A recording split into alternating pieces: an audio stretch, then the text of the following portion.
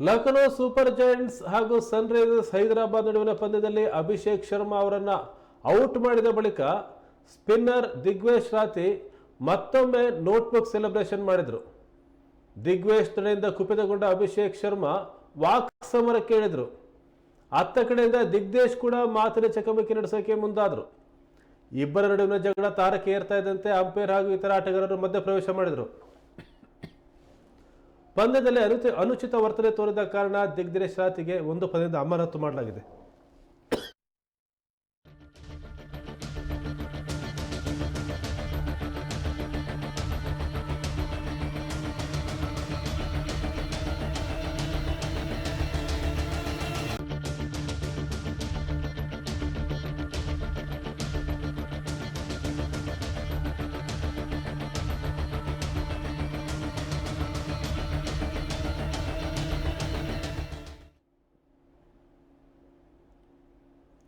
ಪಂದ್ಯದಲ್ಲಿ ಅನುಚಿತ ವರ್ತನೆ ತೋರಿದ ಕಾರಣ ದಿಗ್ದೇಶ್ ರಾಥಿಗೆ ಒಂದು ಪಂದ್ಯದಿಂದ ಅಮಾನತು ಮಾಡಲಾಗಿದೆ.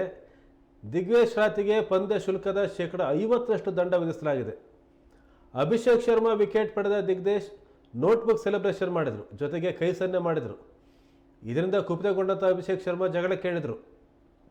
ಈ ಹಿನ್ನೆಲೆಯಲ್ಲಿ ಅವರಿಗೂ ಸಹ ಪಂದ್ಯ ಶುಲ್ಕದ ಶೇಕಡ 25% ದಂಡ ವಿಧಿಸಲಾಗಿದೆ.